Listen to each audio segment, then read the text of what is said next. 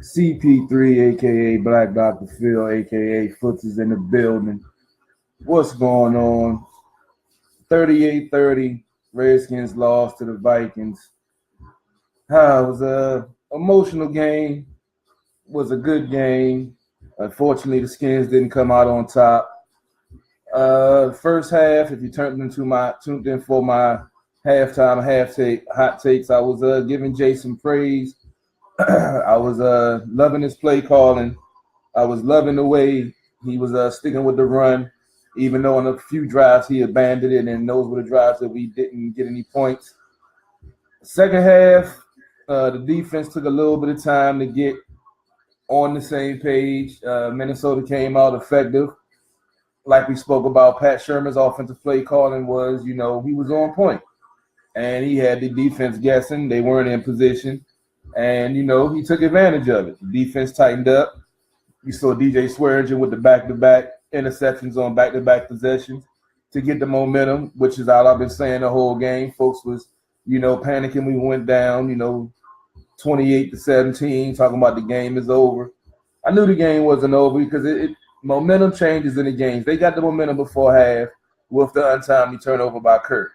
We got the momentum with the back-to-back turnovers. Unfortunately, we didn't execute and put the ball in the end zone or get points in some of those times when we got those turnovers. Now, Jay, that field goal, not going for the field goal on 4th and 6 with all that time left in the game. It was third quarter. We were getting the momentum. My opinion, from a 37-yarder and a 54-yarder, you just seen him hit a 57. That's one of the mistakes I've seen in the game. Also, why are you giving the ball to Chris Thompson on 3rd and 1 and 4th and 1 when you got a 220-pound rookie that was having a pretty good game that you didn't even give him a chance to get in there? You didn't do it once. You doubled down and did it twice. I'm not going to be super critical because Jay called a pretty good game. The team came out prepared. Unfortunately, we couldn't get enough pressure on the quarterback. They were rolling the pocket with Case Keenum, and he had a outstanding game. What you also have to remember is Minnesota coming in off the bye, so they had a whole extra week to scout our defense. And being the fact that they were on a 4-game winning streak leading their division, I mean, they're a good team. The other team gets paid also. So anybody have anything to say, you can chime in. Kevin, I just said he's not even disappointed about this loss. I'm a little disappointed because it was a winnable game against a division team, NFC team as in division when I say. So those games count. We're 0-3 in our own division, and we want to get some wins in our conference. We beat Seattle, but this would have been another conference win that unfortunately we didn't get. I want to thank everybody for tuning in. Dana, Busy, Brian, Christian, what's going on, y'all? Deborah. Jay didn't call a good complete game. He called a decent first half. It could have been better, but compared to last week's game, it was hands down way better game plan and way better execution. We had 17 points against Seattle last week. We had 17 at halftime this week, so it has to be some improvement somewhere if you score more points. Well, when Deborah, if you blitz all the time, and that's when you leave your guys out on the island. On those plays that Swearinger made, we were in man, and actually we're getting good pressure from the front by only sending 5. When you blitz too much, you leave your secondary out there on the island, and we've seen how that happens over and over again with this team when we do the all-out blitzes or we blitz too much. And Minnesota has a quality line, and as I said, as them moving the pocket and letting him bootleg. When he did sit in the pocket in the first half, we were getting to him. We didn't get the sacks, but we were causing disruption and, wreaking a little bit of havoc. Then you saw they started roaming him around and moving him out the pocket so he couldn't have a stationary target. Let's see. Chad said Norman needs to get right. I mean, on the 2 plays, I know which plays you're talking about, the 65-yard Diggs. Defense didn't get home. Keenum had too much time. On the trail play to Diggs, that was good ball placement by Keenum, and Diggs is Diggs. I mean, sometimes you got to give props to the offensive players too. I'm a defensive guy. I love defense. I would love to point the finger and say, yeah, he sucks. Nah, I mean, you have to tip your hat to the other team. Y'all got to remember, the other team gets paid too. They practice too. They out there trying to win the game too. It's not out there they just laying down for these folks and you expect them to play perfectly. There's going to be mistakes. That's what happens in the game. Nobody plays perfect or plays a perfect game. You do make some perfect plays. You make some perfect stands, but you never are going to play a perfect game. So people are going to get burnt. People are going to get miss assignments. But it's about making that next play and not worrying about the play you blew and going out there and making up for your team and doing it. We saw that with Crowder on that one drive. He missed one. He caught one. Then he missed another one. Then I don't know what happened after that. I guess the rush just all of a sudden just hit him because he dropped like 4 or 5 passes in a row. A couple of them, he got hit hard, and I can see that happening. But some of those drops were untimely and unlike him, so I'm going to just attribute that to rush. Christian says the same defensive play last week failed to show today. Well, you got to remember, Seattle's offensive line was also hurt like our offensive line was. Minnesota's offensive line is healthy. They were coming off a bye week. They had extra time to scout and game plan to try to counter our defense, which has been playing lights out. We can't forget that it's a 16-week season. It's not a sprint, it's a marathon. And you got people watching tape over and over again to see your weaknesses and see where mistakes can be made to capitalize on. And you give a team an extra week to prep for a team? Come on now. Things are going to happen. They're going to find weaknesses. They're going to do little things that's going to, exploit things that they saw on tape. That's what you do. William said we outcoached. It'll be outcoached in the aspect. I always say Jay's been outcoached, but compared to the last 2 weeks or the last 4 weeks before this one, where he was horribly outcoached, at least I saw progress because he at least stuck with the run for some of the game. He didn't bail out on it when we weren't getting the big gains and getting the 2 and 3 yards. He was letting the rookie pound it out even after Kelly went down, which is shocking to me that he did stick with it. But you have to look at the progress from the game plan last week to the game plan this week. It was much better.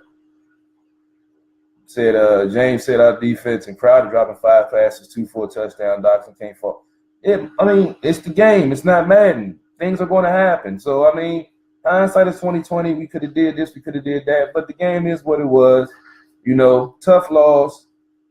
Like Fred says, you put up 30, you should win. True, especially against one of the top defenses in the league. Exactly. So,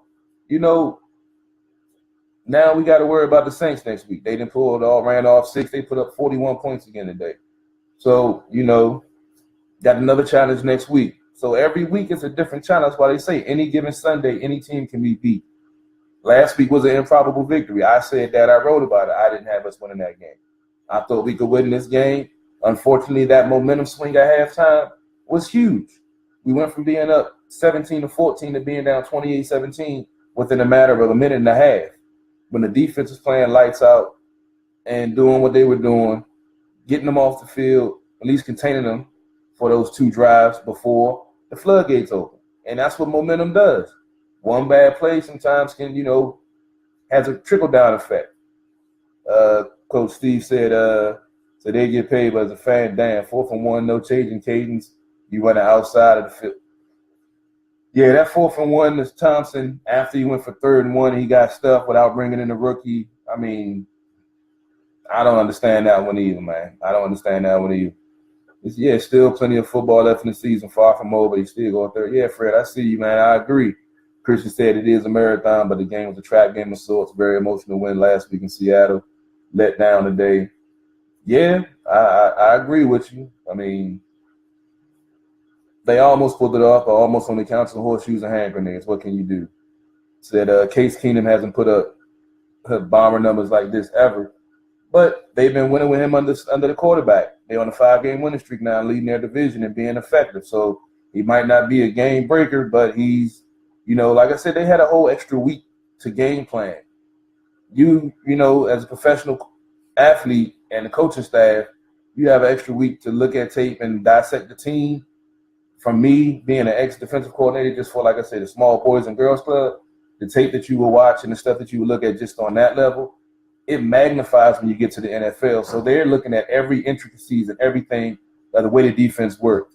And we've had some breaks on defense. We've had some blown assignments that didn't bite us in the butt. Today, it did. So, I mean, that's why it's every week you got to be up to your best and play to a high level because any team can beat you.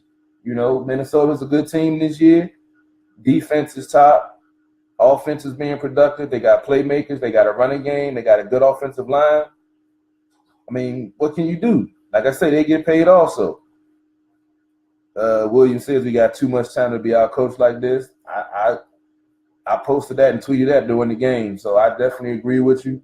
But like I say, I've been one of Jay's toughest critics. I started the hashtag last week, Bill Callahan for OC. I might restart it up again this week. I was pleased in the first half, but after I'm gonna go back and look at the tape, check it out. I'm gonna use Jay's famous line after the loss. I'm gonna go back and look at the tape and review and see what's really what now, break it down later on.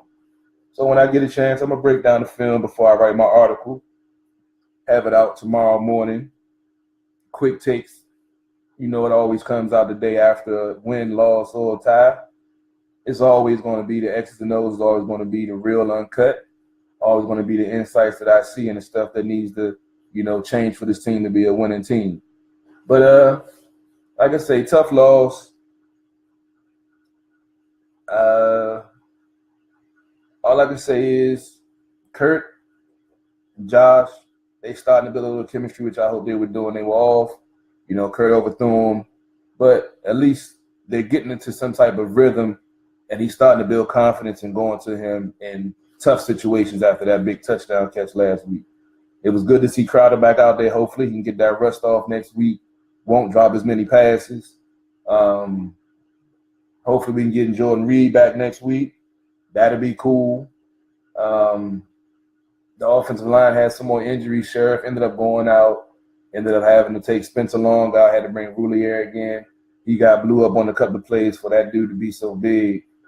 I hate to see him getting blown up like Corey used to. But being center, that's the hardest position because you got to hike the ball, make the snaps, and get in position in your stance by the time that defensive lineman is on you. So there are going to be some mistakes, but we damn sure need our line back healthy.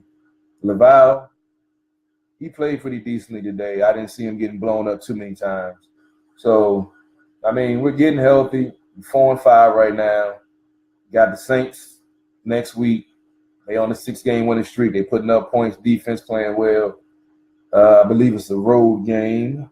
I believe it is. I know more when I look at the schedule. Can't really get into it deep today. I got to head back to work, on the grind, trying to take care, pay these bills and everything, and keep on bringing y'all Sports on the Hill podcast every Monday night, bringing y'all these videos. If you check out my feed, I've shared some of the highlights that I was recording during the game. I got DJ Smurder's back-to-back interceptions, Crowder's 33-yard catch on the third down. I did some of the highlights. I'm going to put together, try to start doing that on a weekly basis for folks that might not be able to see the game live. At least you can see some highlights of some positive things the Redskins doing amongst all the negative stuff you're going to hear, in the media you're going to hear anyway. But it's about 4:30. I'm going to go ahead and get ready, get back on this grind, get back on this clock. And once again, I appreciate all of y'all tuning in. I appreciate y'all chiming in. Tomorrow night, 7 o'clock, True Radio Network, Sports on the Hill podcast, starting at 7. Start out with Caps Talk from 7 to 7:30. Going to cover some Wizards from 7:30 to 8. Have our music break. Then 8 o'clock hour, we have Redskins Talk. Me and Robbie breaking down this loss. Also going to have a special guest, Dujane Bland's going to be on. He's going to chime in on the Redskins loss in the next game upcoming against the Saints. And he's going to be breaking down some college football and some NHRA. We got one more week left in the NHRA season, so he's going to break down what's been going on for this championship round. And Robbie's going to have his overtime, weekly pick'em for week 11. Make sure y'all tune in. Who knows who will be in the overtime? Make sure y'all check it out. Make sure y'all check out Sports on the Hill podcast apparel page, website up and running. You've seen the hoodies. You've seen me rocking it. You've seen me taking the pictures. Got a commercial I'm working on, getting some folks, in the gear so I can put a commercial out like I did the promo for the show. I know it wasn't nothing fancy, but, I'm just getting started. Like I said, stay tuned for so much more. There's so much more stuff that's going to be coming from us, man. Just wait. Working on some other things. There's going to be some meet and greets for us. Hopefully we can get lined up. So stay tuned. Appreciate all y'all tuning in. Y'all probably still comment, but my computer's outdated, so it's not scrolling no more. So don't think I'm ignoring you. It's just that I got an old computer, man. You know, times is hard. But appreciate all y'all. Love all the support. Appreciate y'all tuning in me for your insights. Check y'all tomorrow night. Make sure you tune in. You can always call in 347-884-9299. We're going to always have the Facebook live stream simulcast. Working on getting the Twitter and IG feeds up too. Trying to figure out a way to get all of them up at the same time. But like I said, once again, appreciate it. Hail to the Redskins. True Radio Network, Sports on the Hill Podcast, DC Sports About the Politics. True Radio Network. Our network is better than yours. We're more than just radio. Y'all have a blessed Sunday. Enjoy the rest of these games. I'm about to go get back on this grind, and I'll talk to y'all later. Peace.